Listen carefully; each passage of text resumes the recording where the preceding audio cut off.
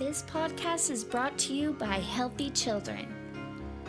Hello, I'm Elise Anderson, and you are listening to Ways to Protect Your Child's Health from Secondhand Smoke. Secondhand smoke is dangerous for everyone, but especially for children because their bodies are still developing. The American Cancer Society explains that there is no safe amount of exposure to secondhand smoke. Secondhand smoke contains a deadly mix of more than 7,000 chemicals. The CDC explains that hundreds of these chemicals are toxic, and 70 of these chemicals can actually cause cancer. When we expose children to these harsh chemicals, they are now exposed to potential health problems from the secondhand smoke, including but not limited to asthma, middle ear infections, getting sick more often, having more lung infections like pneumonia and bronchitis, and possibly some different cancers such as lymphoma, leukemia, liver cancer, and brain tumors.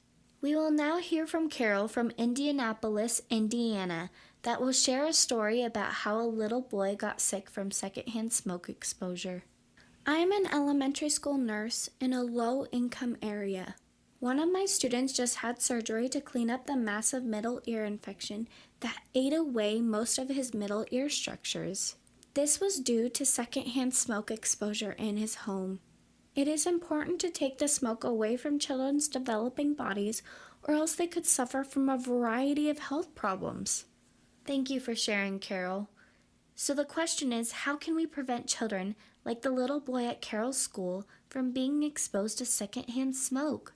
The most important goal is to quit smoking to protect not only your health, but also your child's health.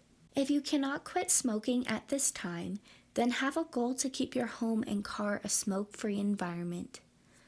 Our website, www.healthychildren.org, explains that smoking in the house, even when using filters, air conditioners, opening a window, or sitting in an open area will not protect children from the harmful effects of secondhand smoke, because after smoke has been in the air, it settles onto surfaces and rooms throughout the house. Making sure that you go outside and smoke away from your children will ensure that your child's environment will not have the harmful chemicals of secondhand smoke near them, and will limit them to the exposure of the variety health concerns of secondhand smoke. Protect your children's health and limit their secondhand smoke exposure by either quitting smoking today or making their environment a smoke-free place. For more information, visit www.healthychildren.org. Thank you for listening, and please return next week.